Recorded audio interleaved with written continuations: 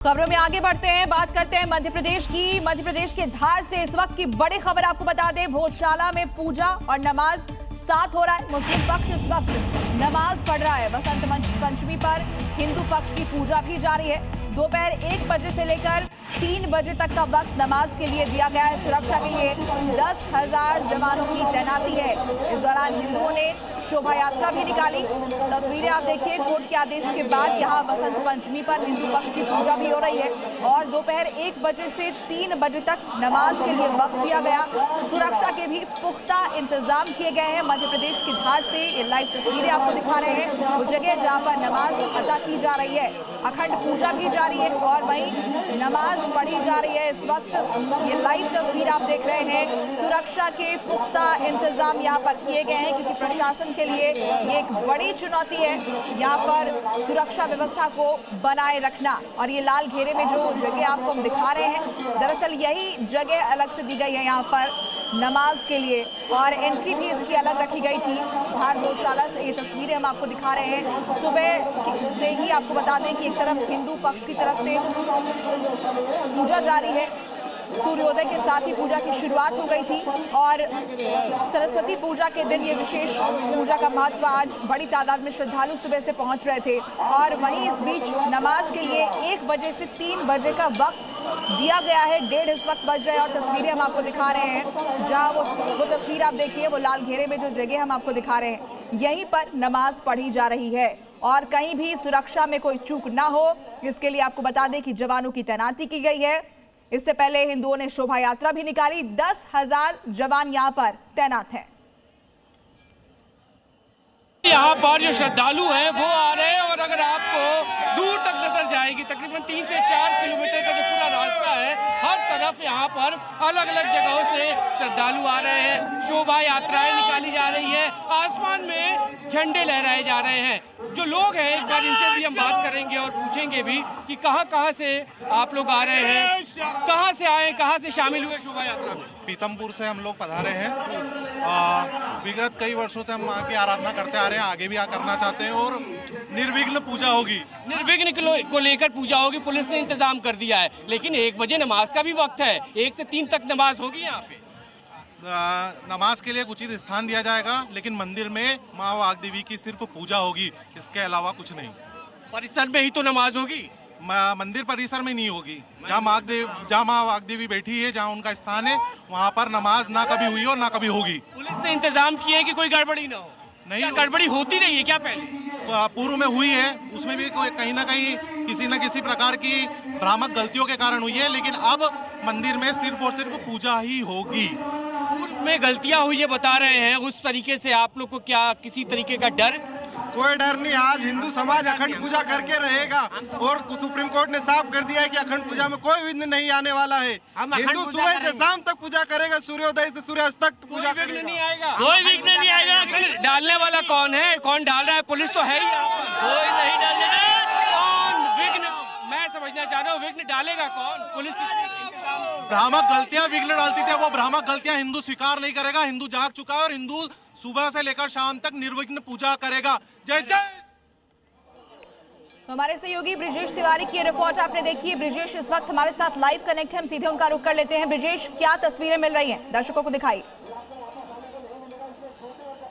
देखिए, 1 से 3 का वक्त है नमाज का और अब आप जब यहाँ से आगे बढ़ते हैं तो हर जगह आपको पुलिस ने बैरिकेड यहाँ पे लगाए हुए। बैरिकेड सुरक्षा का सबसे बड़ा यहाँ पे रीज़न है कि ये यहाँ से जो मंदिर है महज 100 मीटर की दूरी पे है और जैसे जैसे यहाँ से आगे बढ़ते हैं तो अब ये आखिरी सीमा है। इस सीमा से आगे आप नहीं जा सकते क्योंकि आपत्ति, दिक्कत, परेशानी ना हो, उसको ध्यान में रखते हुए पुलिस ने सारे इंतज़ाम किए हुए हैं। तो ये सारे बैरिकेड्स हैं। सर, इस बैरिकेड के आगे कहाँ तक जाया जा सकता है?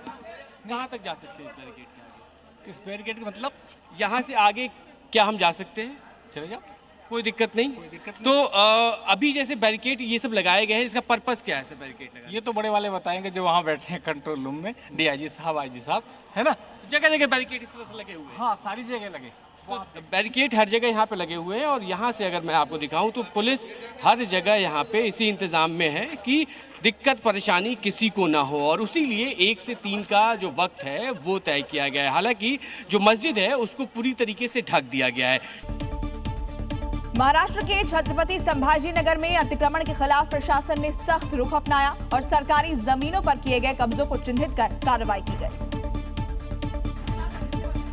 इस दौरान प्रशासन की टीम ने अवैध कब्जों पर बुलडोजर कार्रवाई की और चिन्हित किए गए 22 अवैध मकानों को तोड़कर उन्हें ध्वस्त कर दिया गया।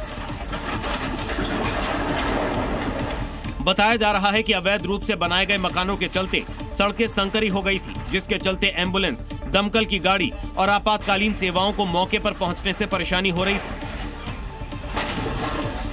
इस मामले की शिकायत स्थानीय लोगों ने जब प्रशासन को दी तो प्रशासन की टीम ने कड़ा रुख अपनाते हुए बुलडोजर कार्रवाई की। साथ ही अवैध कब्जाधारियों पर पुलिस ने सख्त से सख्त कार्रवाई करने की बात कही। वहीं बुलडोजर कार्रवाई के दौरान मौके पर भारी संख्या में पुलिस टीम मौजूद रही, जिससे कि प्रशासन की कार्रवाई में कोई दखल न दे सकी। उत्तर प्रदेश के अमेठी में थानाध्यक्ष और साधुओं के बीच हाथापाई हो गई, जिसका वीडियो सोशल मीडिया पर वायरल हो गया। जानकारी के मुताबिक जमीन विवाद को लेकर झगड़े की शुरुआत हुई थी। देखते ही देखते बात इतनी बिगड़ गई कि थाना अध्यक्ष और साधु के बीच हाथापाई शुरू हो गई। 5 तारीख को उलूसन नहीं होगा। हमारी जनता को बुलाइए, हम यही बुला लेते सबको, यही सबको बुलाते हैं। नहीं, हम यही देंगे। सबको थाने लेकर आओ, हम चलो। बताया गया कि विवाद जमीन को लेकर हुआ था। घटना की जानकारी मिलने के बाद पुलिस पहुंच गई। आरोप है कि थाना अध्यक्ष ने वहां मौजूद साधुओं से हाथापाई और गाली गलौज की, जिसके बाद थाना अध्यक्ष सवालों के घेरे में आ गए। इस घटना के बाद वहां लोगों की भीड़ जमा हो गई। हालांकि किसी तरह मामले को शांत कराया गया। वीडियो वायरल होने के बाद थाना अध्यक्ष की आलोचना की जा रही है। पहाड़ों में आज सिर्फ बर्फ नहीं गिरी, सैलानियों के लिए ये स्नोफॉल खुशियां लेकर आया है, तो वहीं पर्यटन व्यवसायियों के लिए सुकून। हिमाचल से लेकर कश्मीर तक हर नजारा सफेद है, हर फ्रेम जन्नत जैसी है। हिमाचल की पार्वती वैली, जहां आज जमीन से आसमान तक सब कुछ बर्फ में लिपटा है और आसमान से रुई की फाहों की तरह मुलायम बर्फ अब भी गिर रही है। मनाली की सड़कें, खड़ी गाड़ियां, खुले कैफे सब सफेद चादर में ढके हुए हैं। बस दूर से कुछ पीली लाइट्स दिखेंगी, बाकी सब सफेदी से ढक चुका है। पर्यटकों के चेहरे पर मुस्कान है, सबके मोबाइल कैमरे ऑन है और स्नोफॉल किसी त्योहार की तरह स्नो फेस्टिवल जैसा मनाया जा रहा है। और अब देखिए सबसे हसीन नजारा। यूं ही नहीं, कश्मीर को धरती का स्वर्ग कहते हैं। शोपिया हो या बांदीपुरा, कुपवाड़ा हो या किश्तवाड़, मानो कुदरत का करिश्मा यहीं देखने को मिल रहा है। कुल मिलाकर हिमाचल से कश्मीर तक ये पहाड़ बोल रहे हैं कि जरा रुकिए, हमें देखिए, महसूस कीजिए और इस सफेदी में सुकून ढूंढ लीजिए। और इसी बीच खराब मौसम की वजह से माता वैष्णो देवी की यात्रा रोक दी गई है। अगर आप वैष्णो देवी जाने की प्लानिंग कर रहे हैं तो ये खबर जरूर देखिए। जम्मू के कटरा में हो रही तेज बारिश और खराब मौसम का असर मां वैष्णो देवी यात्रा पर पड़ा है। लगातार बारिश, भूस्खलन का खतरा और रास्तों पर फिसलन बढ़ने के चलते प्रशासन ने मां वैष्णो देवी की यात्रा को अगले आदेश तक स्थायी रूप से रोक दिया है। माता वैष्णो देवी में जमकर बर्फबारी हो रही है, जिसकी वजह से यात्रा के रूट पर हालात मुश्किल बने हुए हैं। श्रद्धालु जो मां वैष्णो देवी के दर्शन के लिए भवन से कटरा की ओर भवन की ओर जा रहे थे, उन्हें अब कटरा में ही रोक दिया गया है। और बोर्ड प्रशासन का कहना है जब तक मौसम साफ नहीं हो जाता तब तक यात्रा को भवन की ओर नहीं भेजा जाएगा। दरअसल देश भर में जनवरी के आखिरी हफ्ते में मौसम का मिजाज पूरी तरह से बदला हुआ है। मैदान से लेकर पहाड़ तक मौसम बदला हुआ है। ऐसे में जो श्रद्धालु माता वैष्णो देवी जाने की प्लानिंग कर रहे हैं, उन्हें सलाह है कि यात्रा से पहले मौसम और प्रशासन की ताजा अपडेट जरूर देखें। तो पहाड़ों में बदले मौसम का असर अब मैदानों तक भी पहुंच गया है। बसंत पंचमी के दिन दिल्ली एनसीआर में मौसम ने करवट ली। आज सुबह से ही दिल्ली एनसीआर के कई इलाकों में हल्की बारिश देखने को मिल रही है। सुबह से दोपहर तक आसमान में बादल छाए रहेंगे और हल्की बारिश जारी रह सकती है। मौसम विभाग के मुताबिक दिल्ली एनसीआर के साथ साथ हरियाणा और पश्चिमी उत्तर प्रदेश के कई इलाकों में हल्की से मध्यम बारिश होने की संभावना जताई गई है। एनसीआर में सुबह से ही बारिश हो रही है, मौसम का मिजाज बदला है और दिल्ली एनसीआर में कई एक जगहों पर बारिश हो रही है। आज सुबह से ही हल्की बारिश यहां पर देखने को मिल रही है। 30 से 7 किलोमीटर प्रति घंटे की रफ्तार से तेज हवाएं चल रही हैं, जिससे ठंड का असर और बढ़ेगा। ऐसे में दिल्ली एनसीआर के लोगों को सलाह है कि घर से निकलने से पहले मौसम अपडेट जरूर देखें और सावधानी बरतें।